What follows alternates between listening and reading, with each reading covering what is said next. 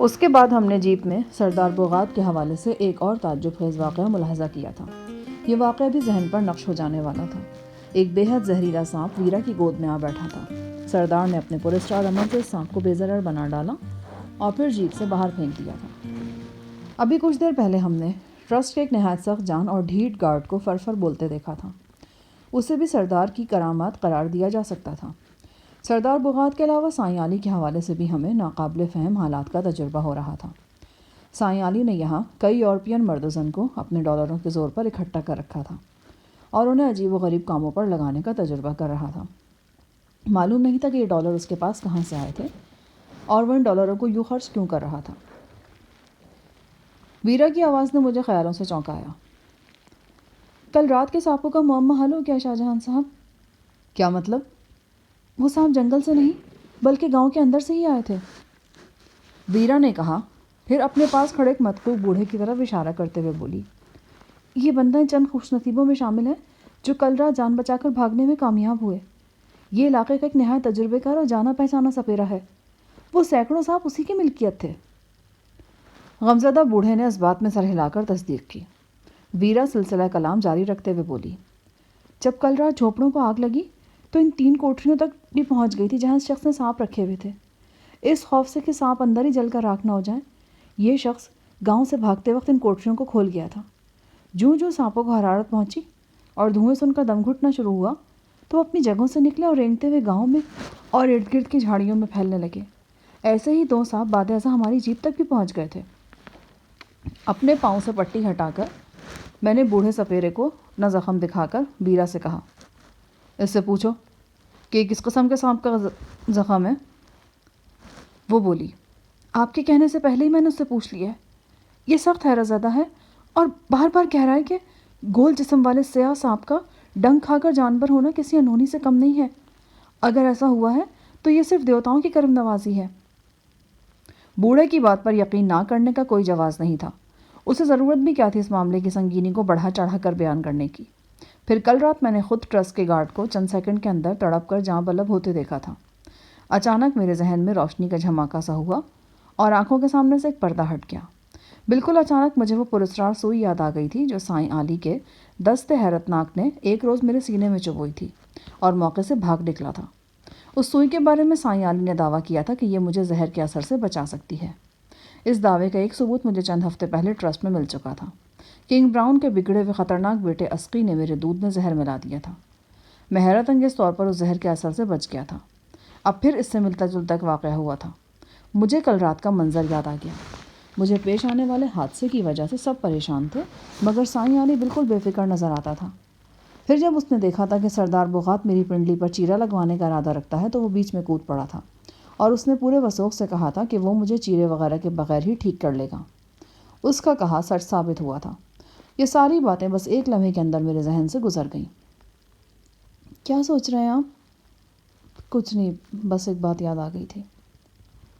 میں نے ویرا کو ٹال دیا۔ بوڑھے سپیرے نے اپنی زبان میں کچھ کہا۔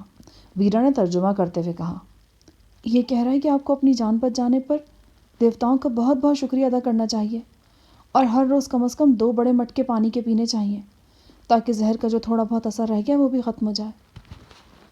میں نے اس بات میں سر ہلا کر بوڑھے کو بتایا کہ میں ایسا ہی کروں گا۔ اگلے روز موسم قدرے خوشگوار تھا۔ رات بھی ٹھنڈی ہی تھی۔ میں دیر تک سوتا رہا۔ آنکھ کھلی تو دوپہر ہونے والی تھی لیکن نیند پھر بھی پوری نہیں ہوئی تھی۔ کھانا کھا کر میں پھر سو گیا۔ شاید پچھلے کئی دن کی تھکن اتر رہی تھی یا پھر یہ اس زہر کی تاثیر تھی جو میرے جسم پر اثر کرتے کرتے رہ گیا تھا۔ شام کو میں اٹھا تو آس پاس قدرے رونق کے آثار نظر آ رہے تھے۔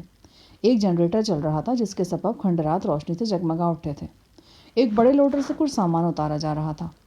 میں دنگ رہ گیا۔ یہ چند ریفریجریٹر تھے، 2 بڑے ایئر کنڈیشنر تھے، اس کے علاوہ صوفے، ٹیوب لائٹس، اوون، ٹیلی ویژن اور نہ جانے کیا کچھ شامل تھا۔ اس ویرانے میں یہ لوازمات دیکھ کر جنگل میں منگل والا محاورہ آپ و آپ یاد آ جاتا تھا۔ یہ سب سائیں علی ہی کے کرشمات تھے۔ پتہ نہیں وہ یہاں کیا کرنے جا رہا تھا۔ کھنڈرات کے وسط میں کل رات والی جگہ پر الاؤ پھر روشن ہو چکا تھا۔ دن بھر تو گرمی رہتی تھی مگر رات کو خنکی محسوس ہونے لگتی تھی۔ یہ آگ نہ صرف حرارت فراہم کرتی تھی بلکہ جنگلی جانوروں کے خطرے سے بھی محفوظ رکھتی تھی۔ اس آگ سے کھنڈرات کو ایک خوابناک سا ماحول مل جاتا تھا۔ میں نے دیکھا کہ یہاں سائیں علی ایک دیوار کے سہارے بڑے ٹھاٹ سے بیٹھا ہے۔ اس کے ارد گرد اور لوگ بھی موجود تھے۔ سائیں کل والے حلیے میں ہی نظر آ رہا تھا۔ میں الاؤ کی طرف بڑھا تو راستے میں ایک چبوترے پر سائیں علی کا کتا نظر آ گیا۔ یہ عام سا آوارہ کتا تھا، مگر اس وقت کتے کے بہت ٹھاٹ تھے۔ ایک گورا نوجوان بڑی محبت سے اس کے جسم پر تولیہ پھیر رہا تھا۔ غالباً کچھ دیر پہلے اس نے کتے کو نہلایا تھا، اب اس کا جسم خشک کر رہا تھا۔ میں الاؤ کے قریب پہنچا تو سائیں کے آس پاس کئی حبشی مرد و زن نظر آئے۔ ان غریب صورت لوگوں کو سائیں نے اپنے برابر میں جگہ دے رکھی تھی۔ یہاں چند گورے افراد بھی موجود تھے۔ ویرا پہلے سے یہاں موجود تھی۔ اس نے میرے کان میں سرگوشی کرتے ہوئے بتایا کہ سائیں صاحب ایک لڑکی اور ایک نوجوان کی شادی کرا رہے ہیں۔ کون ہے وہ لڑکی؟ وہ دیکھیں، سائیں کے بائیں جانب چوتھی لڑکی۔ یہ خوبصورت گورے بدن والی، گہرے سرخ ہونٹوں والی وہی انگریز لڑکی تھی جو کل صبح لوڈر سے اتری تھی، اور سائیں نے اسے بڑے غور سے دیکھا تھا۔ اب وہ شرمائی سی بیٹھی تھی۔ کس سے ہو رہی ہے شادی؟ ویرا نے ایک شخص کی طرف اشارہ کیا اور میں ششدر رہ گیا۔ میں بڑے غور سے اس شخص کی صورت دیکھتا چلا گیا۔ مجھے اپنی آنکھوں پر بھروسہ نہیں ہو رہا تھا۔ یہ ایک مسکین صورت اتر پردیشی وردہ تھا۔ اس کے سانولے سلونے چہرے پر منحوس چھڑی کیبوکوں کے پرانے نشانات تھے۔ میں اس شخص کو اچھی طرح جانتا تھا۔ یہ ٹرسٹ کا بے نوا قیدی تھا، لیکن اب ایک رس بھرے سرخ سیب جیسی دلہن کے پہلو میں بیٹھا تھا۔ یہ دلہن ہر لحاظ سے اپنے دولہا سے بہتر تھی۔ میں نے بڑی اچھی طرح شناخت کر لیا تھا۔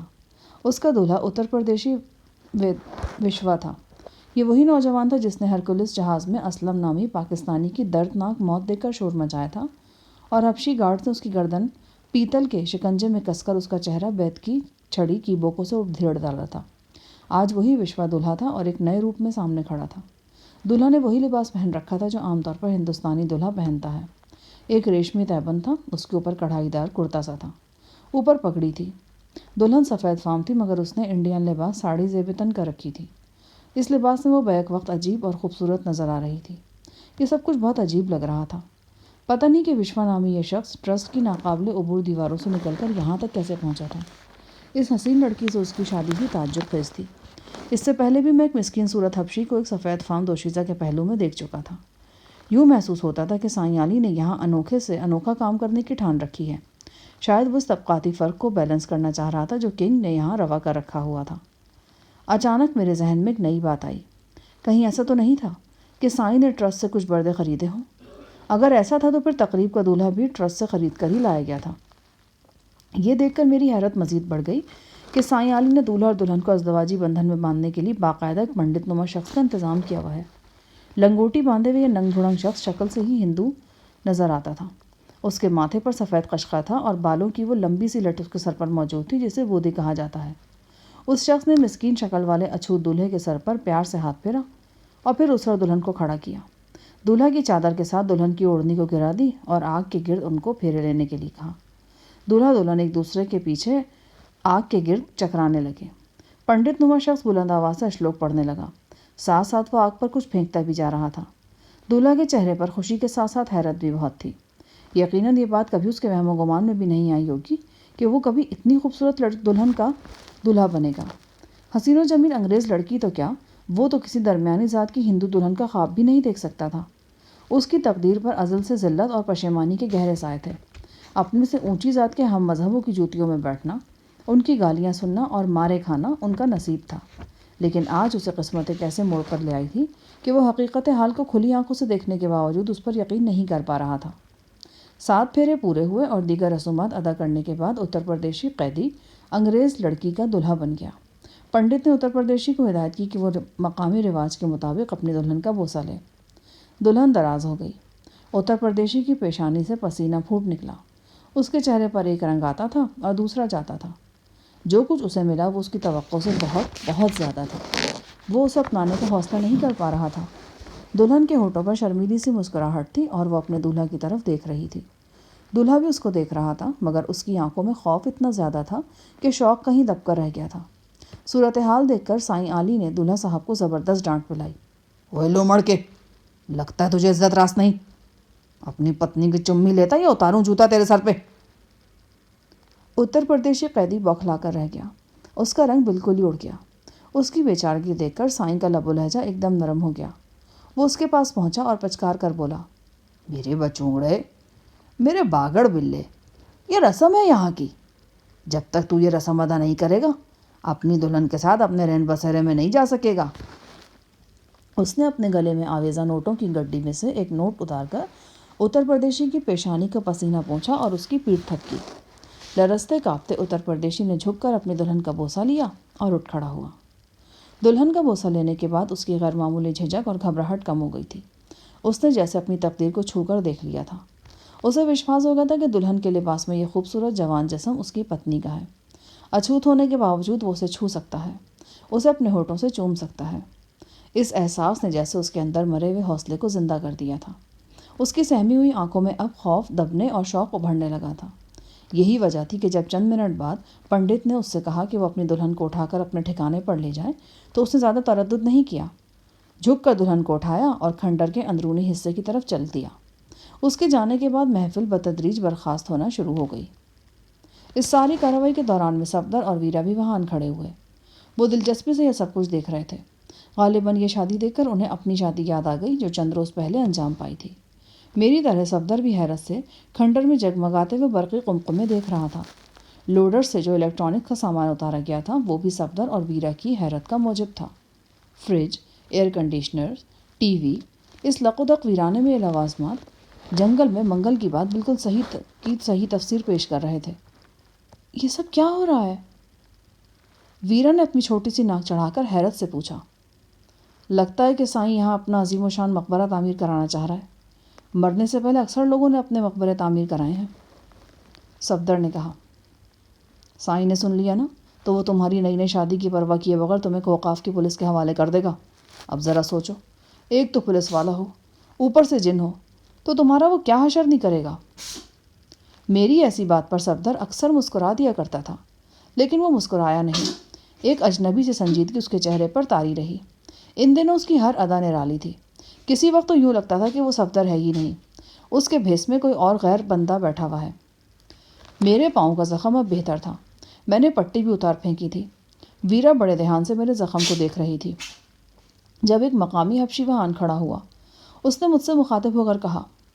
مجھے اس کی بات تو سمجھ میں نہیں آئی، لیکن ویرا کے لیے زبان اجنبی نہیں تھی۔ وہ اس مقامی شخص سے باتیں کرنے لگی۔ میں نے ویرا سے پوچھا کہ یہ کون ہے؟ اس کا نام صالح ہے، یہ اس شخص کا ملازم ہے جسے تم سائیں علی کہتے ہو۔ یہ کیا کرتا ہے یہاں پر؟ یہ برتن وغیرہ دھوتا ہے۔ سائیں علی کی طرف سے اس کام کے لیے اسے مقامی کرنسی میں جو ہفتے وار تنخواہ ملتی ہے وہ 500 امریکن ڈالر کے برابر ہے۔ یہ کہتا ہے کہ سائیں علی یہاں موجود تمام ملازمین کو اسی طرح موٹی موٹی رقمیں دے رہا ہے۔ سب لوگ اس سے بہت خوش ہیں، بلکہ بہت سے تو حیران بھی ہیں۔ شروع میں کچھ لوگوں کا خیال تھا کہ شاید سائیں کھسکا ہوا ہے، مگر ایسی بات بھی نہیں۔ پھر کچھ لوگوں نے سوچا کہ شاید یہ نوٹ جعلی ہیں، مگر نوٹ بھی اصلی ہیں۔ اب سائیں نے اپنی اور اپنے ڈالروں کی حفاظت کے لیے بہت سے گارڈز بھی رکھ لیے ہیں۔ وہ ہر طرح سے ایک چاقو چوبند شخص نظر آتا ہے۔ مگر وہ یہاں کیا کر رہا ہے؟ میں نے ویرا کے ذریعے صالح سے پوچھا۔ یہ تو ہمیں خود بھی نہیں معلوم۔ ہم قریباً 3 ہفتوں سے یہاں سائیں صاحب کے ساتھ ہیں۔ سائیں صاحب یا کھنڈروں کی مرمت کروا رہے ہیں اور بہت سی مہنگی مہنگی چیزیں منگوا رہے ہیں۔ لگتا ہے کہ وہ یہاں لمبے قیام کا ارادہ رکھتے ہیں۔ وہ ارد گرد کے لوگوں میں بڑی تیزی سے مشہور ہو رہے ہیں۔ کچھ تو انہیں کوئی بہت پہنچا ہوا روحانی پیشوا سمجھنے لگے ہیں، بلکہ اب تو مجھے بھی یہی لگ رہا ہے کہ سائیں صاحب بڑی کرامات والے شخص ہیں۔ تم نے کیا کرامت دیکھی ہے سائیں میں؟ اس شخص نے بلا توقف میرے پاؤں کی طرف اشارہ کیا۔ میں نے یہ کرامت دیکھی ہے۔ کیا مطلب ہے تمہارا؟ وہ بولا۔ اس دن سائیں علی نے آپ کو ایک دوا پلائی تھی اور کہا تھا کہ یہ تریاق آپ کے اندر سے سانپ کا زہر ختم کر دے گا۔ وہ تریاق نہیں تھا۔ آپ جانتے ہیں وہ کیا تھا؟ نہیں۔ وہ بالکل سادہ پانی تھا جناب۔ وہ پانی صرف 2-3 منٹ پہلے میں نے سائیں صاحب کو دیا تھا تاکہ وہ اس پر کچھ پڑھ کر پھونک دے۔ مجھے کئی روز سے ملیریا کی شکایت تھی۔ سائیں نے ابھی اس پر کچھ پھونکا نہیں تھا۔ وہ سادہ پانی تھا جو اس نے آپ کو پلایا اور آپ بھلے چنگے ہو گئے۔ اس سے پہلے ایسا کبھی نہیں ہوا۔ کیا مطلب؟ کیا نہیں ہوا؟ میں نے پوچھا۔ وہ ویرا کے توسط سے بولا۔ یہ واقعی بہت زہریلے سانپ کا ڈنک تھا جناب۔ زیادہ سے زیادہ آدھے گھنٹے کے اندر بندہ ختم ہو جاتا ہے۔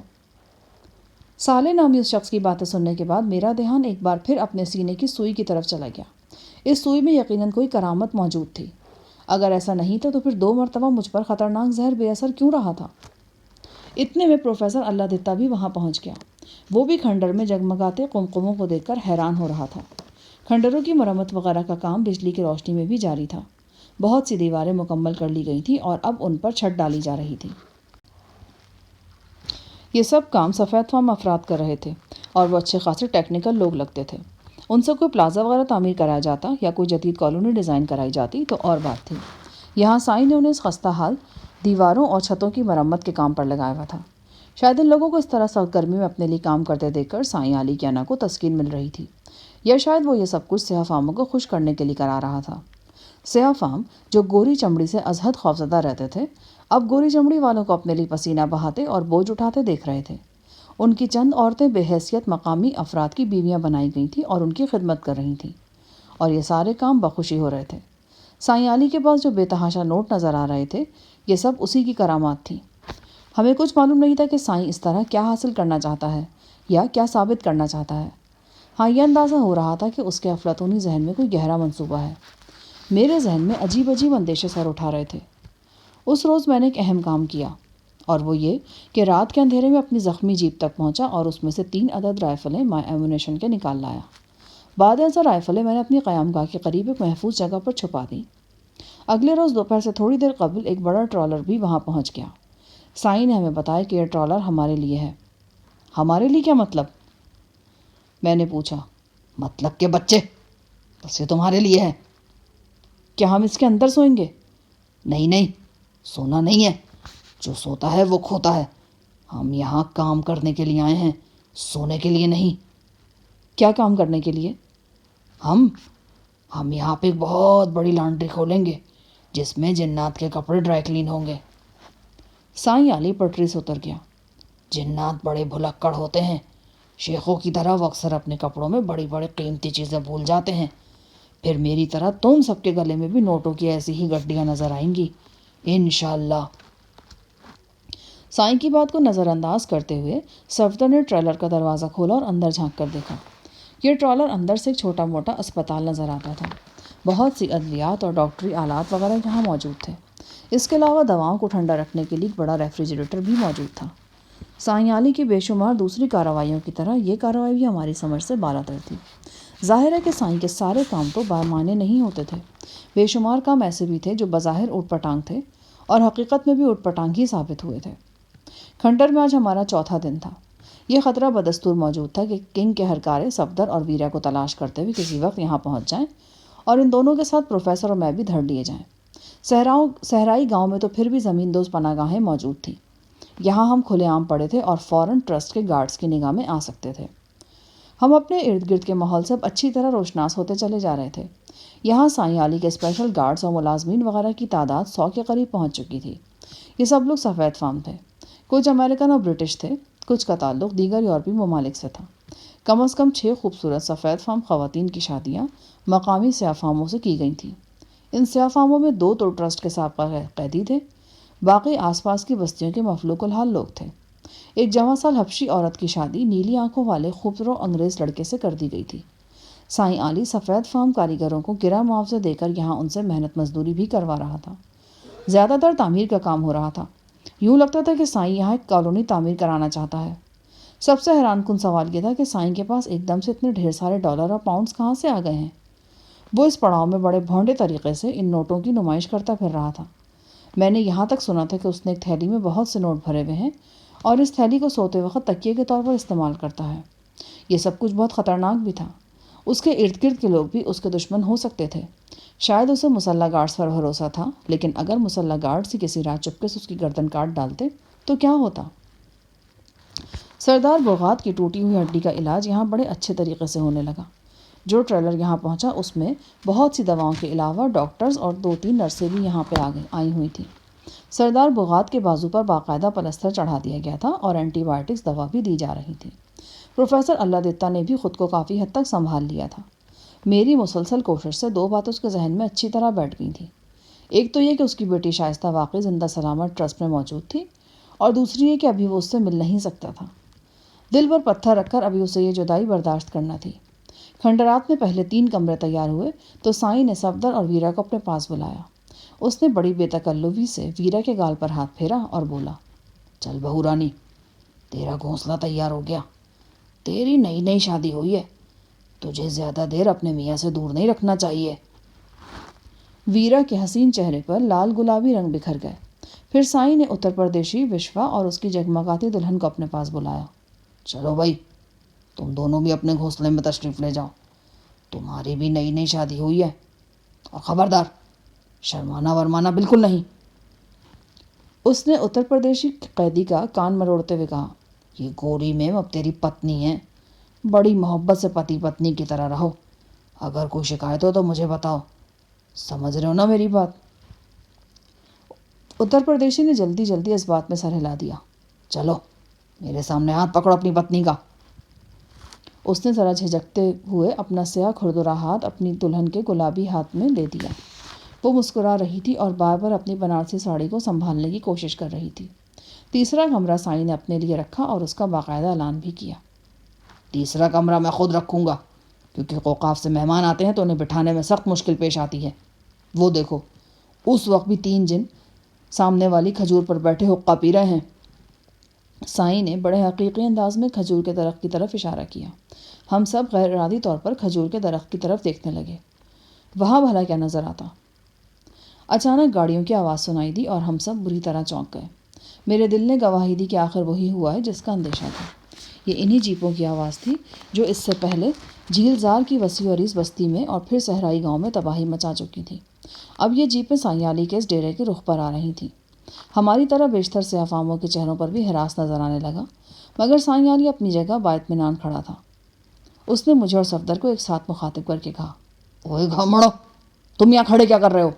میں نے تم سے کہا بھی تھا کہ یہ جو ٹرالر آیا ہے تمہارے لیے ہے، تم چاروں اس میں گھس جاؤ، بلکہ اس حبشی سردار کو بھی بلا لو اپنے ساتھی۔ حبشی سردار سے سائیں کی مراد یقیناً سردار بغات تھی۔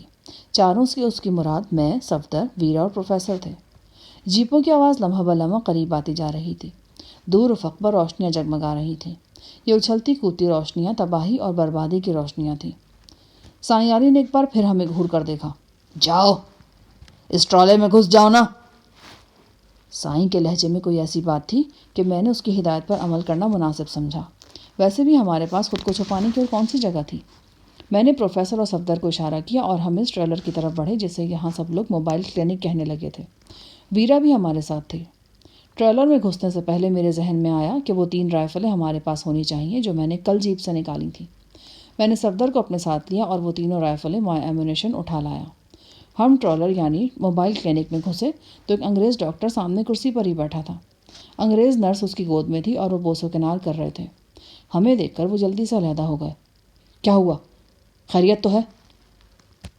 ڈاکٹر نے شرمندہ ہوئے بغیر پوچھا۔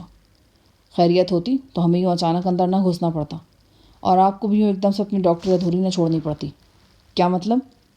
مطلب یہ کہ کچھ بن بلا مہمان یہاں آ رہے ہیں۔ وہ نام بعد میں پوچھتے ہیں اور گولی پہلے مارتے ہیں۔ خاص طور سے وہ ہم چاروں سے بڑی محبت رکھتے ہیں۔ سائیں صاحب نے ہمیں ان کی محبت سے محفوظ رکھنے کے لیے یہاں بھیجا ہے۔ حالانکہ یہاں چھپنے کی کوئی جگہ نظر نہیں آتی، ویرا نے اضطراب سے ہاتھ ملتے ہوئے کہا۔ ڈاکٹر تیزی سے بولا، چھپنے کی جگہ کیوں نہیں؟ چھپنے کی جگہ ہے، اور خاص طور سے آپ لوگوں کے لیے بنائی گئی ہے۔ کون سی جگہ؟ ڈاکٹر نے پھرتی سے جیب میں ہاتھ ڈالا، ایک چابی نکالی اور جہازی سائز کے ریفریجریٹر کا دروازہ کھول دیا۔ سامنے 2 ریکس میں بہت سی دوائیں نظر آ رہی تھیں۔ ڈاکٹر نے ایک ریک دواؤں سمیت باہر نکال لیا۔ ہم دنگ رہ گئے۔ عقب میں خلا موجود تھا۔ ہم رکو کیبل جھک کر اس خلا میں داخل ہو سکتے تھے۔ ڈاکٹر نے اسٹائلش انگلش میں کہا، برائے مہربانی آپ اس خلا میں داخل ہو جائیں۔ مجھے امید ہے کہ آپ یہاں ہر بلا سے محفوظ رہیں گے۔ لیکن گھبرائیں مت جناب، یہ سارا انتظام سائیں صاحب کے حکم پر کیا گیا تھا۔ ان کا فرمان تھا کہ جلد یا بدیر آپ لوگوں کو اس پناہ گاہ کی ضرورت پیش آ سکتی ہے۔ صورتحال اب کچھ کچھ میری سمجھ میں آ رہی تھی۔ سائیں کی وہ بات میرے ذہن میں گونجنے لگی۔ اس نے پرسوں دوپہر کہا تھا کہ یہ ٹرالر ہمارے لیے ہے۔ مطلب اس کا یہی تھا کہ یہ ٹرالر ہمیں پناہ دینے کے لیے ہے۔ سب سے پہلے میں خلا میں گیا۔ عقب میں ریفریجریٹر کی مشینری موجود تھی، مگر وہ ریفریجریٹر کے ساتھ اٹیچ ہونے کے بجائے ایک طرف لوہے کی دیوار پر لگی ہوئی تھی۔ ٹریلر کی باہر والی دیوار کے ساتھ اتنی جگہ موجود تھی کہ ہم چاروں بآسانی وہاں کھڑے ہو سکتے تھے۔ میرے پیچھے صفدر، ویرا اور پروفیسر بھی اندر آ گئے۔ رائفلیں ہم تینوں کے پاس تھیں۔ ڈاکٹر نے دواؤں والا ریک واپس رکھا تو خلا میں گھپ اندھیرا چھا گیا۔ ویرا کی ڈری ڈری سرگوشی سنائی دی، مگر پھر فوراً یہ تاریک خلا ایک چھوٹے سے بلب کی روشنی سے منور ہو گیا۔ جیپوں کی آواز اب کھنڈرات میں پہنچ گئی تھی۔ میرے اور صفدر کے اندازے کے مطابق یہ 3-4 جیپیں تھیں اور یہ تعداد ہمارے اندیشے سے خاصی کم تھی۔ جیپیں رک گئیں اور پھر ان کے انجن یکے بعد دیگرے خاموش ہو گئے۔ ہم اپنی جگہ دم سادے کھڑے رہے۔ کوشش یہی تھی کہ ہماری طرف سے کوئی آہٹ پیدا نہ ہو۔ یہ خلا بمشکل 1.5 فٹ چوڑا تھا۔ اس میں ہم سیدھے کھڑے تو ہو سکتے تھے، لیکن بیٹھنا ناممکن تھا۔ کافی دیر اسی طرح گزر گئی۔ سردار بوغات ابھی تک اس پناہ گاہ میں نہیں آیا تھا۔ باہر سے مدھم آوازیں ہم تک پہنچ رہی تھیں۔ ایک تو دیو ہیکل جنریٹر کی آواز تھی جو ان کھنڈرات کو بجلی فراہم کر رہا تھا۔ دوسری آواز گفتگو کی تھی۔ اس گفتگو میں کبھی کبھی سائیں علی کا نعرہ مستانہ حق ہو بھی سنائی دے جاتا تھا۔ اس نعرے کے سوا باقی کچھ بھی ہمارے کانوں تک نہیں پہنچ رہا تھا۔ مجھے اپنے سر کے عین اوپر ایک چھوٹا سا سوراخ دکھائی دیا۔ اس سوراخ کو ربر کی ایک ٹکیا کے ساتھ بند کیا گیا تھا۔ میں نے اپنی انگلیوں کی پوروں کو استعمال کیا اور بڑی آہستگی اور خاموشی سے ربر کی اس ٹکیا کو سوراخ میں سے نکال لیا۔ آواز اب ہمارے کانوں تک پہنچنے لگی۔ تھوڑی سی کوشش کر کے ہم اس گفتگو کو سمجھ سکتے تھے۔ یہ گفتگو جیپ سواروں اور پیر فرتوت سائیں علی کے مابین ہو رہی تھی۔ ذریعہ گفتگو انگریزی تھا۔ سائیں علی کسی انگلینڈ پلٹ کی طرح فرفر انگریزی بول رہا تھا۔ اس گفتگو میں اس گنجے کی آواز بھی شامل تھی جو سائیں علی کے لیے ملازم وغیرہ لے کر آتا تھا۔ اس انڈین گنجے کا نام اشوکا تھا۔ وہ غالباً ٹرسٹ والوں کو کچھ کاغذات دکھا رہا تھا۔ ان کاغذات کے مطابق یہاں موجود اتر پردیشی اور چند حبشی افراد کو ٹرسٹ سے باقاعدہ خریدا گیا تھا۔ ٹرسٹ کے گارڈز نے ان کاغذات کے حوالے سے کچھ سوالات کیے جن کے اشوکا نے مناسب جواب دیے۔ اس سوال جواب کے بعد گارڈز مطمئن ہو گئے۔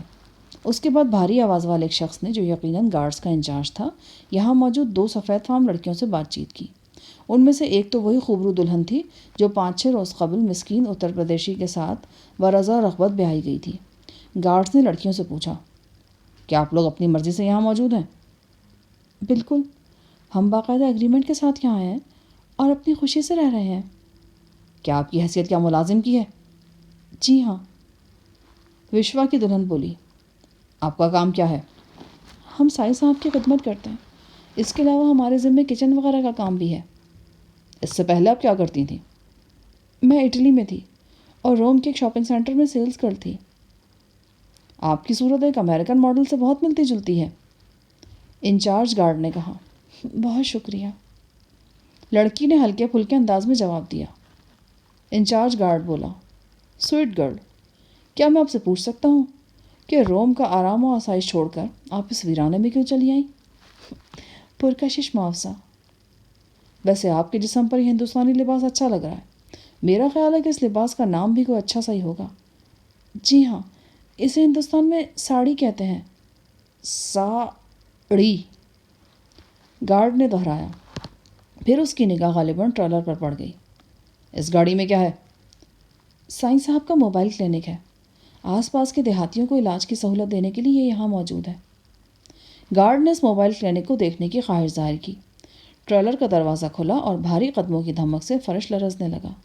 یہ بڑے کٹھن لمحات تھے۔ رائفل کے دستے پر میری گرفت خود بخود مضبوط ہو گئی۔ ہم نے اپنے سانس تک روک رکھے تھے۔ 1-2 منٹ تک ٹرالر کے اندر کھٹ پٹ کی آوازیں آتی رہیں، پھر سب لوگ باہر چلے گئے۔ ہم نے سکھ کا سانس لیا۔ گارڈز اشوکا سے گفتگو کرتے ہوئے ٹریلر سے دور چلے گئے، لہٰذا ان کی آوازیں مدھم پڑ گئیں اور پھر معدوم ہو گئیں۔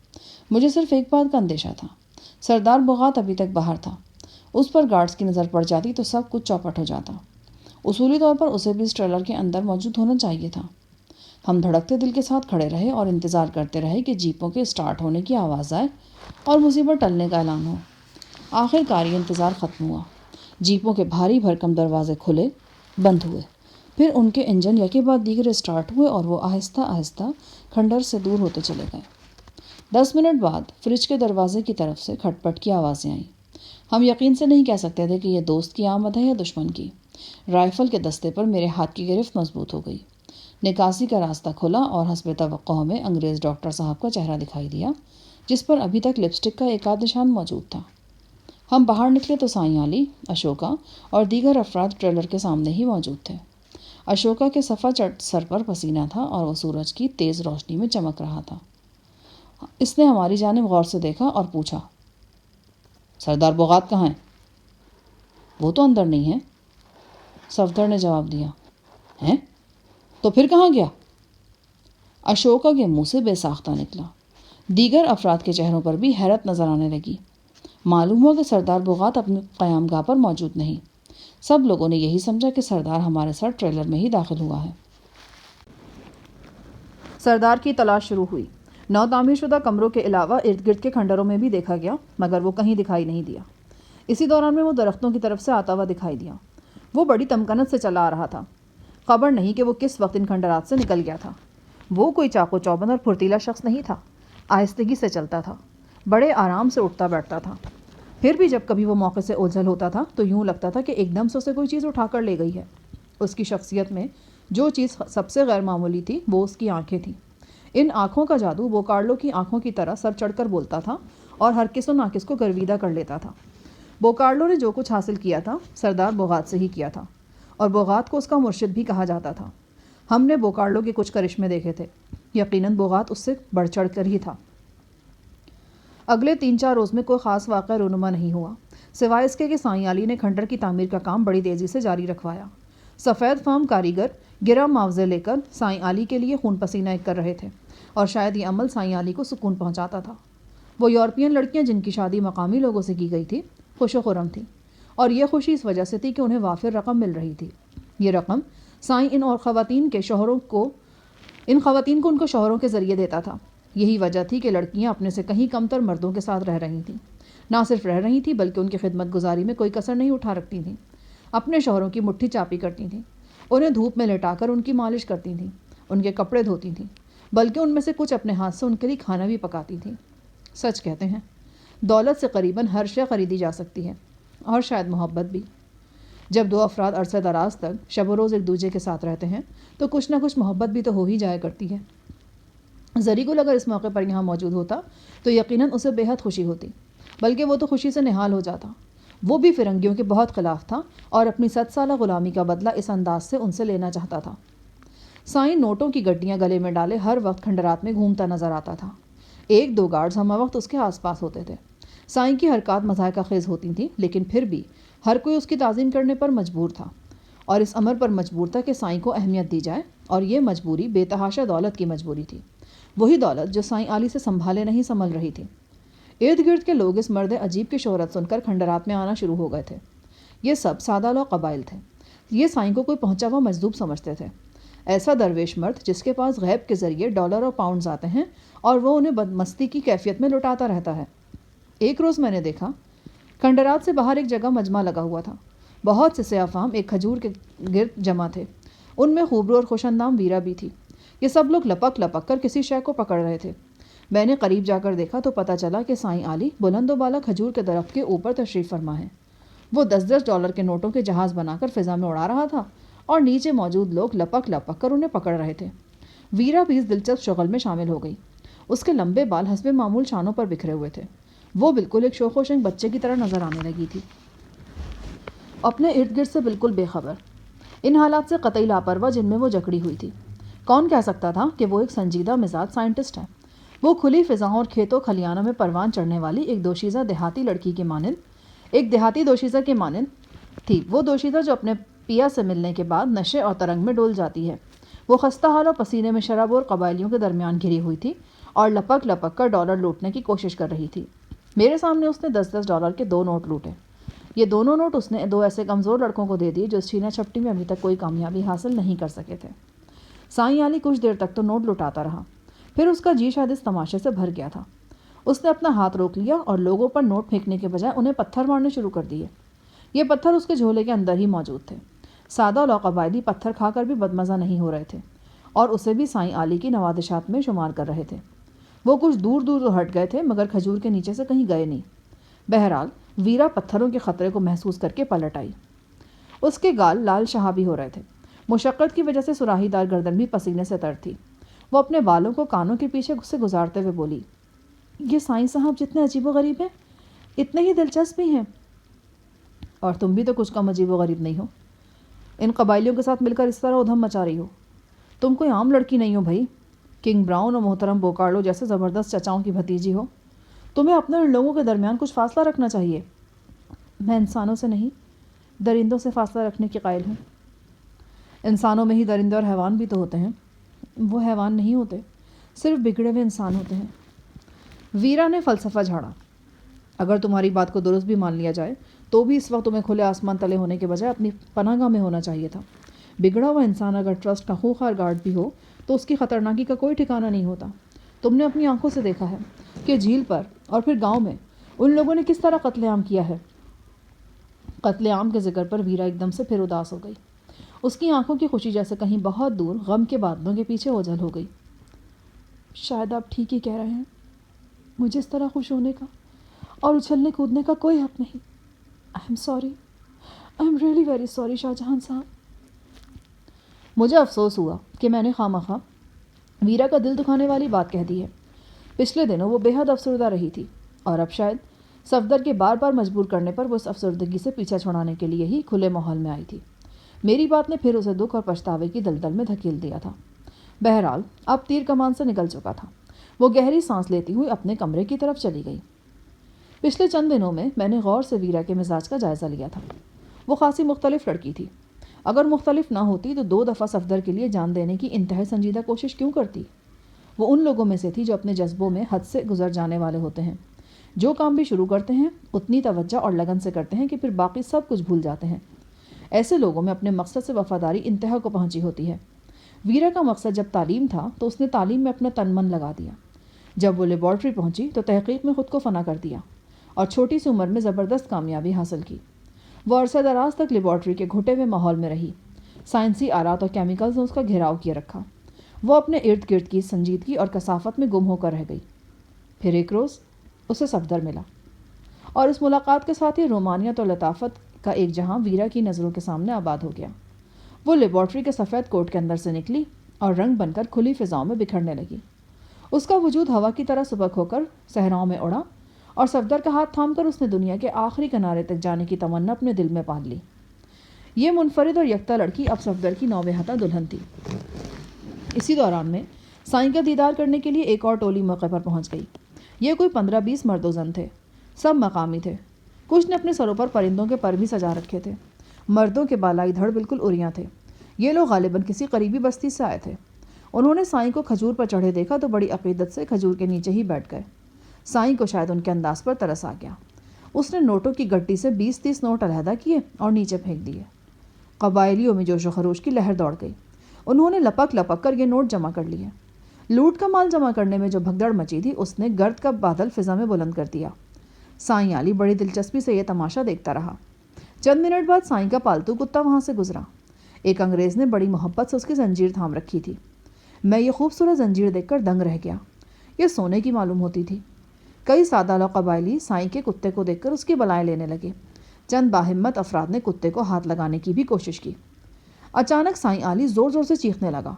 وہ مجھے مخاطب کر کے کچھ کہہ رہا تھا، ساتھ ساتھ وہ بائیں طرف دیکھ رہا تھا۔ شفیع محمد، جاؤ، گھس جاؤ اپنے بل میں، جنات آ رہے ہیں، خبیث جنات آ رہے ہیں۔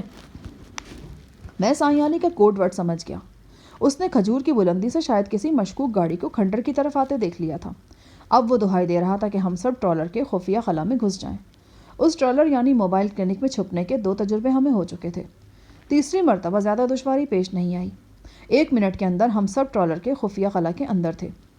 کسی جیپ وغیرہ کی آواز نہیں آئی۔ پھر بھی ہم 1 گھنٹہ خلا میں رہے۔ کھڑے کھڑے ٹانگیاں اکڑ گئیں۔ آخر ڈاکٹر صاحب نے ہمیں باہر نکالا اور اپنی محبوبہ نرس کے ہمراہ باہر بھیج دیا۔ نرس ہمیں سیدھا سائیں علی کے حجرے میں لے آئی۔ یہاں بیٹھے افراد کو دیکھ کر میرے 14 طبق روشن ہو گئے۔ یہ ہرکولس جہاز کا نائب کپتان آرتھر اور اس کی بیوی نما گرل فرینڈ مازیان تھی۔ یہ وہی عورت تھی جسے کبھی کبھی بلا وجہ بے سبب خوف آنا شروع ہو جاتا تھا۔ اس وقت دونوں کے لباس گرد آلود تھے اور دشوار گزار راستے نے ان کے پاؤں زخمی کر رکھے تھے۔ آرتھر نے مجھے دیکھا اور اٹھ کر مجھ سے لپٹ گیا۔ وہ ایک مضبوط شخص تھا۔ ہرکولس کے نائب کپتان کی حیثیت سے میں نے اسے بہت دلیر اور جفاکش پایا تھا، لیکن اس وقت وہ سسک اٹھا تھا۔ خبر نہیں کن مشکلات سے گزر کر وہ اور اس کی بیوی یہاں تک پہنچے تھے۔ آرتھر نے سب سے پہلے مجھے میرے ساتھیوں یعنی زری، غزالہ اور گلسوم کی خیریت سے آگاہ کیا۔ پھر اس نے بتایا کہ اس کے وہم و گمان میں بھی یہ بات نہیں تھی کہ وہ ہم سب کو یہاں دیکھے گا۔ آرتھر ہمارے لیے بہت گرا قدر تھا۔ ہمیں اس سے ٹرسٹ کے بارے میں قیمتی معلومات حاصل ہو سکتی تھیں، لیکن فی الوقت اس کی حالت ایسی نہیں تھی کہ اس سے سوال جواب کیے جا سکتے۔ اسے بہت آرام اور دوا وغیرہ کی ضرورت تھی۔ میں نے صفدر سے کہا کہ وہ فوراً موبائل کلینک میں جائے اور ڈاکٹر صاحب کو لے آئے۔ خاص طور سے آرتھر کی بیوی کو فوری ٹریٹمنٹ کی ضرورت تھی۔ صحرا کے سفر نے اس کی جلد خشک کرتی تھی اور کئی جگہ چھالے بھی پڑے ہوئے تھے۔ وہ واضح طور پر ڈی ہائیڈریشن کا شکار نظر آتی تھی۔ صفدر 5 منٹ بعد واپس آیا۔ اس نے بتایا کہ رنگین مزاج ڈاکٹر ابھی فارغ نہیں ہے۔ کیا وہ پھر اپنی نرس کو ڈاکٹری پڑھا رہا ہے؟ نہیں، لوگوں کے کندھوں پر سواری کر رہا ہے۔ میں سمجھا نہیں یار۔ ایک قریبی گاؤں زرخارے میں ہیضہ پھیلا ہوا تھا جناب۔ سائیں کی ہدایت پر دونوں ڈاکٹر حضرات اپنے موبائل کلینک سمیت وہاں پہنچے اور انہوں نے لوگوں کو انجیکشن لگائے۔ 1-2 دن کی دوا بھی تقسیم کی گئی۔ اب یہ پورا گاؤں بھلا چنگا ہو گیا ہے۔ یہ سب لوگ سائیں کو دیوتاؤں کا اوتار سمجھ رہے ہیں اور ڈاکٹروں کو سائیں کی طرف سے بھیجا ہوا رحمت کا فرشتہ۔ انہوں نے اپنے گاؤں میں سائیں کے نام پر ایک بالکل نوخیز بچھڑے کی قربانی دی ہے اور اب عقیدت کے مزید اظہار کے لیے یہاں چلے آئے ہیں۔ انہوں نے دونوں ڈاکٹروں کو کندھے پر اٹھا رکھا ہے اور باقاعدہ ان کا جلوس نکالا ہوا ہے۔ میں نے غور سے سنا تو موبائل کلینک کی جانب سے واقعی نعروں وغیرہ کی آوازیں آ رہی تھیں۔ گاہے گاہے ان آوازوں کے درمیان سائیں کا نعرہ مستانہ بھی سنائی دے جاتا تھا۔ پتہ نہیں یہ شخص یہاں کیا کرتا پھر رہا تھا۔ اسی دوران میں بلند آواز سے بولنے کی آوازیں آنے لگیں۔ یہ آوازیں اس جانب سے آ رہی تھیں جہاں سردار بغات رہائش پذیر تھا۔ میں اور صفدر وہاں پہنچے۔ دیکھا تو سائیں علی کا ایک حبشی گارڈ سر جھکائے کھڑا تھا اور سردار بغات طیش کے عالم میں مقامی زبان بول رہا تھا۔ سائیں کے 3 مزید گارڈز بھی اس کمرے میں موجود تھے۔ میں نے ایک سفید فارم گارڈ سے پوچھا کہ یہ کیا چکر ہے؟ اس نے بتایا، جناب ہماری جان تو دونوں طرف سے مصیبت میں ہے۔ سائیں صاحب کا حکم ہے کہ ہمیں آپ 5 افراد کی ہر قیمت پر حفاظت کرنی ہے۔ دوسرے لفظوں میں ہم پر یہ ذمہ داری ہے کہ آپ کو یہاں پر کوئی نقصان نہ پہنچے۔ موبائل کلینک کے اندر آپ 5 کے لیے خطرے کے وقت چھپنے کا جو انتظام کیا گیا ہے وہ ہم ہی نے کیا ہے اور میرے خیال میں یہ انتظام ہر لحاظ سے کارآمد بھی رہا ہے۔ لیکن آپ دیکھ رہے ہیں کہ سردار بغات ایک مرتبہ بھی اس پناہ گاہ میں نہیں گئے۔ خوش قسمتی سے ہی اب تک بچے رہے ہیں، لیکن آئندہ کے لیے کوئی گارنٹی تو نہیں دی جا سکتی۔ ہمارے انچارج نے سردار صاحب سے اسی حوالے سے گزارش کی تھی۔ سردار صاحب ایک دم غصے میں آ گئے ہیں۔ کیا کہہ رہے ہیں؟ بس یہی کہ مجھے تم لوگوں کی پہرے داری کی ضرورت نہیں ہے۔ میری حفاظت اب تک دیوتاؤں نے کی ہے، آئندہ بھی وہی کریں گے۔ میں نے سوچا کہ اگر جھیل زار کے کنارے دیوتا اپنے موبد یعنی بوما کے دفاع میں ناکام رہے تو یہاں بھی ان سے بھول چوک ہو سکتی ہے۔ تاہم یہ بات سردار بغات کے سامنے کہنا آسان کام نہیں تھا۔ انسان اکثر اپنے عقائد کے ہاتھوں مجبور ہوتا ہے۔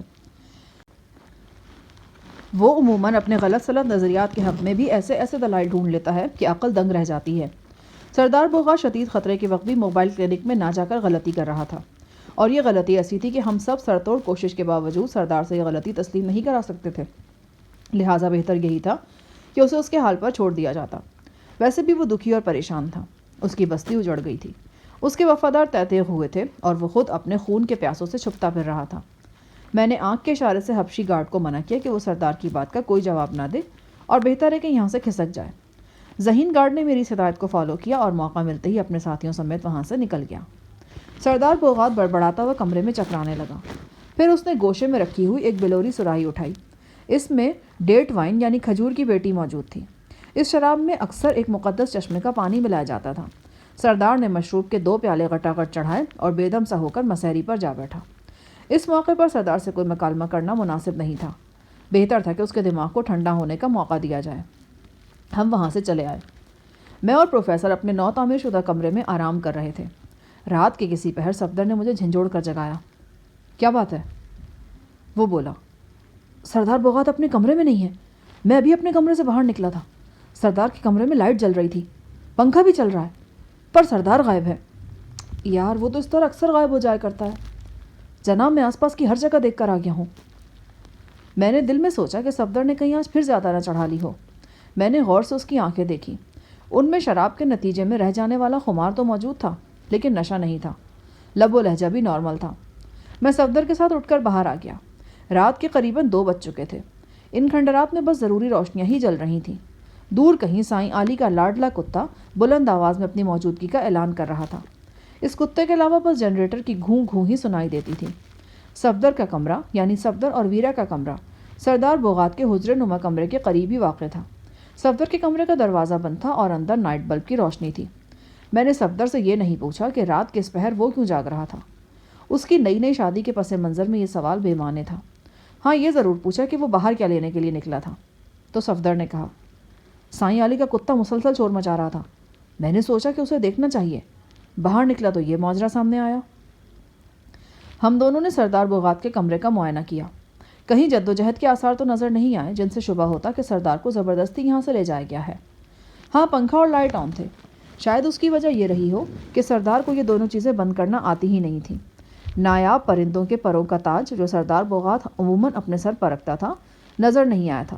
یوں لگتا تھا کہ بیٹھے بٹھائے اس نے یہاں سے جانے کی ٹھانی، اپنا تاج اٹھا کر سر پر رکھا اور اپنی مخصوص جوتی پہن کر روانہ ہو گیا۔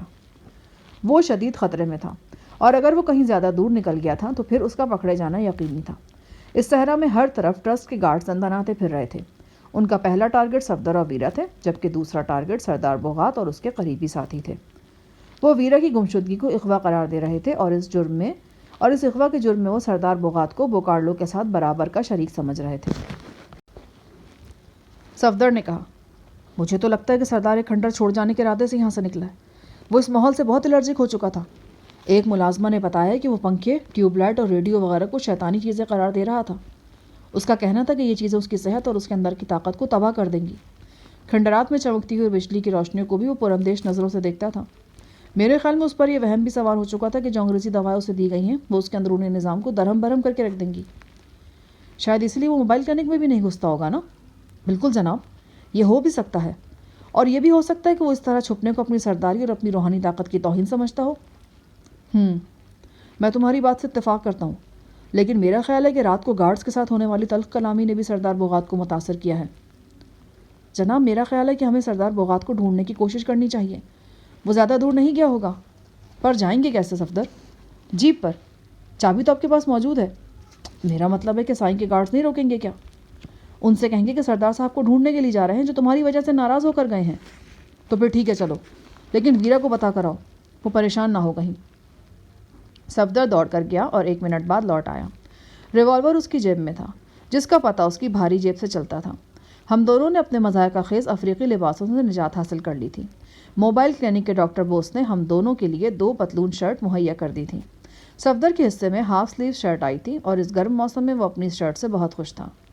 صفدر کے واپس آنے سے پہلے ہی میں بھی اپنے کمرے سے بھاری خودکار رائفل اٹھا لایا۔ بہر طور میں نے پروفیسر کی نیند خراب کرنا مناسب نہیں سمجھا۔ مجھے معلوم تھا کہ پروفیسر کو میرے بارے میں تشویش ہوئی تو یہ تشویش ویرا دور کر دے گی۔ ہم دوڑتے ہوئے آئے اور جیپ میں گھس گئے۔ میں نے اگنیشن میں چابی گھسائی اور جیپ اسٹارٹ کر دی۔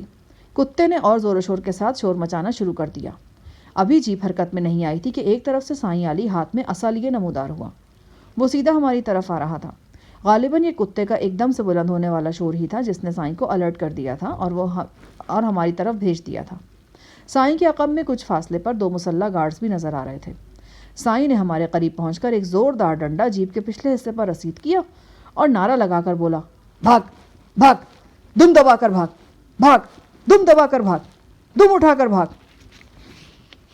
وہ ڈنڈے رسید کرتا چلا جا رہا تھا اور ساتھ ساتھ یہ فقرہ بھی دہرا رہا تھا۔ غالب امکان یہی تھا کہ وہ جیپ کو دم اٹھا کر بھاگنے کا مشورہ دے رہا ہے۔ میں نے گیئر لگا کر ایسکیلیٹر چھوڑا اور جیپ تیزی سے آگے بڑھی۔ سائیں نے جاتے جاتے بھی ایک ڈنڈا جیپ کو رسید کر ہی دیا۔ ایک طرح سے یہ سائیں کی طرف سے ہمارے لیے رمزیہ اجازت تھی کہ ہم سردار بغات کے پیچھے چلے جائیں۔ جب سائیں کی طرف سے اجازت تھی تو پھر اس کے گارڈز کو روکنے کی کیا ضرورت تھی؟ جیپ کو یو ٹرن دے کر میں کھنڈرات کی حدود سے نکلا اور جھیلزار کی سمت پر روانہ ہو گیا۔ حسب معمول زخمی جیپ کی اکلوتی لائٹ روشن تھی اور اگلے ایک پہیہ بھی نشے میں جھوم رہا تھا۔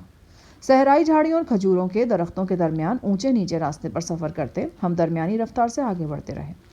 گاہے گاہے کوئی بلی، نیولا یا خارپشت ہمارا راستہ کاٹ جاتا۔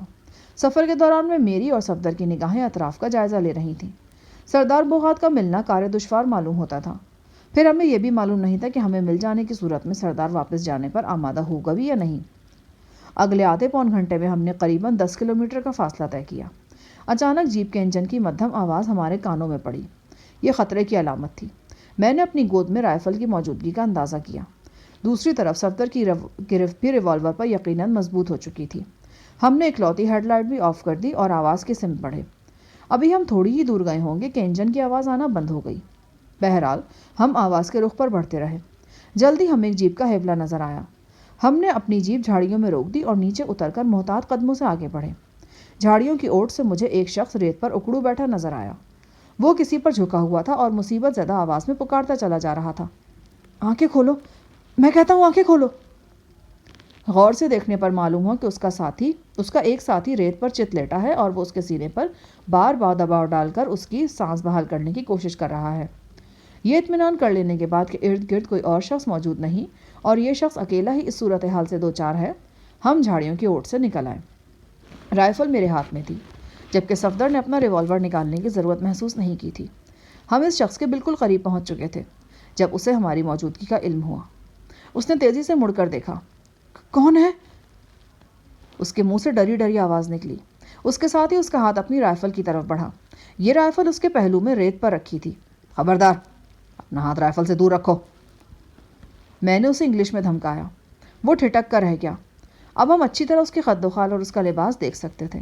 اس کے جسم پر وہی منحوس نیلگو وردی تھی جو ٹرسٹ کے پالتو کتوں کا امتیازی نشان سمجھی جاتی تھی۔ وہ سفید فام تھا۔ ریت پر اس کا جو ساتھی بے ہوش پڑا تھا وہ بھی نیلی وردی میں تھا۔ صفدر نے ٹارچ روشن کی اور زمین پر بے ہوش پڑے شخص کا چہرہ صاف نظر آنے لگا۔ اس کی آنکھیں الٹی ہوئی تھیں اور گردن تشنج کے سبب عجیب انداز سے مڑ گئی تھی۔ اس کی ایک بار سے سفید سفید جھاگ بھی نکل رہا تھا۔ صفدر نے آگے بڑھ کر گارڈ کے پاس سے اس کی رائفل اٹھا لی اور تحکم سے پوچھا، تمہارے باقی ساتھی کہاں ہیں؟ وہ یہیں پاس ہی جھاڑیوں میں موجود ہیں۔ جھوٹ بول رہا ہے یہ کتا صفدر۔ اس جیپ سے صرف 2 بندے نیچے اترے ہیں اور جیپ خالی ہے، میں نے ٹارچ کی روشنی ریت پر پھینکتے ہوئے کہا۔ ریت پر 2 افراد کے قدموں کے نشان صاف پہچانے جاتے تھے۔ صفدر نے گارڈ کے سر پر رائفل کا دستہ مارا تو وہ کرہا کر رہ گیا۔ کیا ہوا تیرے ساتھی کو؟ اس پر کوئی دورہ پڑا ہے، گارڈ نے گھبراہٹ سے جواب دیا۔ متاثرہ شخص کے ہاتھ پاؤں ایٹتے جا رہے تھے اور جسم کو جھٹکے لگ رہے تھے۔ کچھ دیر بعد وہ بے ہوش ہو گیا۔ کہاں سے آ رہے ہو تم؟ میں تمہیں سب بتاتا ہوں، پہلے میرے ساتھی کا کچھ کرو، کہیں یہ مر ہی نہ جائے۔ پر اس سے ہوا کیا ہے؟ بس جیپ چلاتے چلاتے کچھ ہو گیا، ایک دم سے ہاتھ پاؤں مڑ گئے۔ ہم گارڈ کو گن پوائنٹ پر اپنی زخمی جیپ میں لے آئے۔ بعد ازاں صفدر گارڈ کے بے ہوش ساتھی کو بھی جیپ میں اٹھا لایا۔ دوسری جیپ کی تلاشی احتیاط سے لی گئی۔ یہ درمیانی حالت کی ایک ٹویوٹا جیپ تھی۔ جیپ میں ایک واکی ٹاکی بھی موجود تھا۔ فرش پر تازہ پھلوں کے چھلکے تھے۔ جیپ کا ریڈیو ابھی تک مدھم آواز میں آن تھا۔ قریباً 200 مربع گز علاقے میں ریت پر ٹائروں کے جو نشان نظر آ رہے تھے انہیں دیکھ کر اندازہ ہوتا تھا کہ جیپ کو یہاں دیر تک گول گول گھمایا گیا ہے۔ جیپ کی تلاشی لینے کے بعد میں نے اسے جھاڑیوں میں دھکیل دیا۔ اس کے بعد میں اپنی جیپ میں آ گیا۔ اس دوران صفدر گارڈ کی زبان کھلوانے میں کامیاب رہا تھا۔ گارڈ کے چہرے پر 1-2 چوٹوں کے نشانات ظاہر ہو چکے تھے اور وہ صفدر کے سوالوں کے جواب بڑی روانی سے دے رہا تھا۔ اس سوال و جواب کے نتیجے میں بالآخر جو صورتحال ہمارے سامنے آئی وہ کافی تعجب خیز بلکہ پراسرار تھی۔ گارڈ نے اپنا اور اپنے ساتھی کا نام بتایا۔ اس کے بعد اس نے اعتراف کیا کہ وہ ٹرسٹ کا ملازم ہے اور ٹرسٹ کی انتظامیہ کے حکم پر اس علاقے میں ویرا اور صفدر کو تلاش کرتا پھر رہا ہے۔ اس نے کہا، یہ ایک اتفاق ہے کہ ابھی کچھ دیر پہلے ہمارے ایک ساتھی نے واکی ٹاکی پر اطلاع دی کہ اس نے قریبی علاقے میں جھیل زار کے مفرور سردار بوغات کا سراغ لگا لیا ہے۔ اس نے ہم سے درخواست کی کہ ہم جلد از جلد گدھوں والی گھاٹی پر پہنچیں اور سردار بوغات پر قابو پانے میں مدد دیں۔ دراصل گارڈ کا وہ ساتھی اکیلا تھا۔ اسے اندیشہ تھا کہ سردار بوغات اپنی سرداری کے زوم میں اس کو خاطر میں نہیں لائے گا اور اسے اپنے ساتھ لانا ایک نہایت دشوار عمل ثابت ہوگا۔ یہ دونوں لوکیشن پر پہنچنے کے لیے نکلے، مگر یہاں پہنچ کر گاڑی چلاتے چلاتے اچانک ڈرائیور کو اعصاب زدگی کا سامنا کرنا پڑا۔ اسے دماغی دورہ سا پڑ گیا تھا۔ اس کے ہاتھ پاؤں لکڑی کی طرح سخت ہو گئے، پتلیاں الٹ گئیں اور اس نے گاڑی کو گول گول گھمانا شروع کر دیا۔ بڑی مشکل سے گارڈ جیکب نے گاڑی روکی اور ساتھی کو جیپ سے اتار کر ریت پر لٹا دیا۔ جیکب پر عجیب طرح کی دہشت سوار تھی۔ اس کا کہنا تھا کہ اس کے ساتھی کو اس سے پہلے کبھی اس قسم کا دورہ نہیں پڑا۔ بے شک وہ حشیش وغیرہ پیتا ہے لیکن پوری طرح صحت مند ہے۔ جیکب نے لارسیوں کے سردار بوغات کے بارے میں بہت سی پراسرار کہانیاں سن رکھی تھیں۔ اس کے ڈرے ہوئے ذہن میں یہ خیال جاگزی تھا کہ اس کے ساتھی گارڈ کے ساتھ جو کچھ ہوا ہے اس کی اصل وجہ یہ ہے کہ وہ دونوں سردار بوغات کا پیچھا کر رہے تھے۔ اس قسم کے خیالات کسی دقیانوسی افریقی کے ہوتے تو یہ بات اتنی انوکھی نہیں تھی، مگر یہ بات ایک پڑھا لکھا سفید فام گارڈ کر رہا تھا۔ وہ بار بار اپنے بے ہوش ساتھی کے چہرے پر گیلا کپڑا پھیرنے لگتا اور اس کے دل کی دھڑکن چیک کرنے لگتا۔ مجھے تو لگتا تھا کہ خوف کی وجہ سے اس پر خود بھی کوئی دورہ شورہ پڑ جائے گا۔ ارد گرد کی ریت پر جیپ کے گول گول گھومنے کے نشانات ہم بھی دیکھ چکے تھے اور یہ نشانات گارڈ کے بیان کی تصدیق کر رہے تھے۔ صفدر سے مشورے کے بعد میں نے جیکب نامی گارڈ کے ہاتھ اس کے بوٹوں کے لمبے تسموں کے ذریعے بڑی مضبوطی کے ساتھ اس کی پشت پر باندھ دیے۔ اس کے بعد میں اسے رائفل سے دھکیلتا ہوا اس کی اپنی جیپ میں لے آیا۔ تھوڑی دیر بعد دوسرا بے ہوش گارڈ بھی جیپ میں پہنچ گیا۔ اسے صفدر کندھے پر لاد کر لایا تھا۔ جیکب حیران تھا کہ ہم کیا کرنے جا رہے ہیں۔ میں نے اس کی حیرانی دور کرتے ہوئے کہا، چلو بھائی، اب اس گدھوں والی گھاٹی کی طرف چلو۔ گارڈ کی آنکھیں خوف کی لہر سے مزید پھیل گئی۔ نہیں، میں اب اس طرف نہیں جاؤں گا، مجھے خوف آ رہا ہے۔ وہ اپنے بے ہوش ساتھی کو دیکھتے ہوئے بولا۔ میں نے رائفل کی نال اس کی گردن سے لگا دی۔ تمہارے لیے موت سے بڑھ کر اور کس چیز کا خوف ہو سکتا ہے؟ اور اگر تم اڑیگل ٹٹو بنے رہو گے تو میں تمہیں گولی مارنے میں دیر نہیں کروں گا۔ 2-3 منٹ شدید چش و پنج میں گزارنے کے بعد جیکب ہماری رہنمائی کرنے پر آمادہ ہو گیا۔ ہم نے بے ہوش گارڈ کو اس جیپ کے پچھلے حصے میں نشستوں کے درمیان چھپا دیا تھا۔ صفدر بھی اپنے ریوالور سمیت یہیں پر چھپ گیا تاکہ اگر گارڈ ہوش میں آ کر حرکت میں برکت ڈالنے کی کوشش کرے تو صفدر اس کا سدباب کر سکے۔ جیکب کو میں نے اگلی نشست پر اپنے پہلو میں بٹھا لیا اور خود اسٹیئرنگ ویل سنبھال لیا۔ اس ٹویوٹا جیپ کی اندرونی حالت کافی اچھی تھی۔ یہ ہماری جیپ کی طرح بغیر چھت کے نہیں تھی، تاہم اس کی چھت میں چوکور روزن موجود تھا جس کی وجہ سے کھلی جیپ جیسی ٹھنڈک محسوس ہو رہی تھی۔ جیپ کے ریڈیو پر کسی افریقی زبان میں کورس گایا جا رہا تھا۔ اس کورس کو سن کر نہ جانے کیوں میرے ذہن میں قبل از تاریخ کے کسی قدیم غار کا تصور ابھر رہا تھا جہاں اچھا شکار ملنے کی خوشی میں الاؤ بھڑکائے جاتے تھے اور الاؤ کے گرد مادر ذات برہنہ قبائلی ناچتے اور گاتے پھرتے تھے۔ رات تاریک اور بھید بھری تھی۔ تاروں بھرا نیلگوں آسمان ایک اوندھے پیالے کی طرح صحرا کو ڈھانپے ہوئے تھا اور ہماری محو سفر جیپ کے عقب میں وہ گارڈ موجود تھا جو ابھی کچھ دیر پہلے پراسرار طور پر بے ہوش ہوا تھا۔ اس کی بے ہوشی کے حوالے سے کئی سوالات ہمارے ذہن میں ابھر رہے تھے، مگر ابھی ان سوالات کے جواب ڈھونڈنے کا وقت نہیں تھا۔ ہم نے جیکب کی رہنمائی میں مزید قریباً 2 کلومیٹر سفر کیا۔ یہ سفر ہمیں کھنڈرات سے مزید دور لے کر نہیں گیا بلکہ ہم کھنڈرات کے جنوب کی طرف چلے گئے۔ کھنڈرات سے ہمارا فاصلہ اب بھی کم و بیش 10 کلومیٹر رہا ہوگا۔ میں نے جیکب کو اچھی طرح سمجھا دیا تھا کہ موقع پر پہنچ کر اس نے کیا کرنا ہے، اور یہ بھی سمجھا دیا تھا کہ اگر اس نے ان ہدایات پر عمل نہ کیا تو عقب میں چھپا ہوا مسلح صفدر اس کے ساتھ کیا کر سکتا ہے۔ اس جگہ کو گدھوں والی گھاٹی کہا جاتا تھا۔ وہ ایک گھاٹی نما جگہ ہی تھی۔ اس ریتیلی گھاٹی پر صحرائی جھاڑیاں کثرت سے اگی ہوئی تھیں۔ ہم گھاٹی کے قریب پہنچے تو ایک طرف سے ایک سایہ دوڑتا ہوا ہماری طرف آیا۔ میرا ہاتھ خود بخود رائفل تک پہنچ گیا۔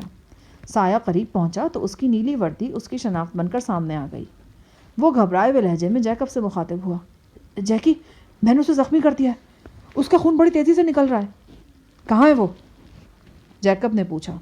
نووارد نے گھاٹی کے دامن کی طرف اشارہ کیا اور بولا، اگر اسے زندہ رکھنا ہے تو پھر ابھی اسپتال پہنچانا پڑے گا، آؤ میرے ساتھ۔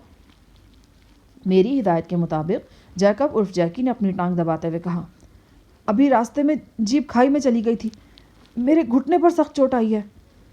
پھر وہ مجھ سے مخاطب ہو کر بولا، جاؤ تم ہٹلر کے ساتھ چلے جاؤ، سردار کو جیپ میں اٹھا لاؤ۔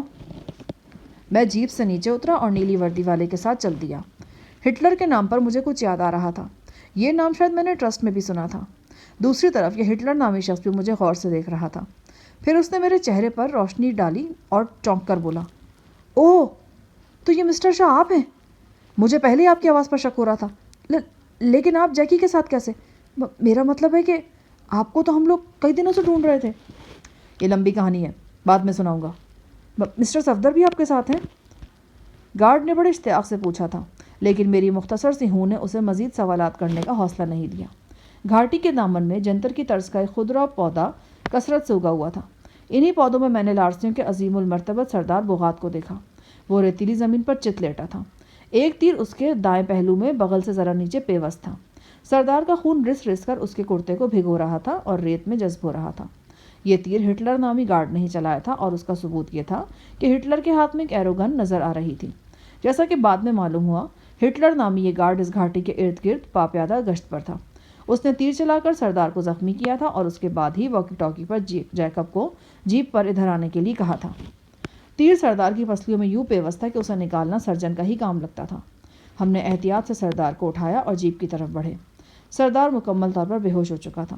اسے ہم دونوں نے یوں اٹھا رکھا تھا کہ اس کا اگلا دھڑ ہٹلر کے بازوؤں میں تھا جبکہ نچلے دھڑ کا بوجھ میرے ہاتھوں پر تھا۔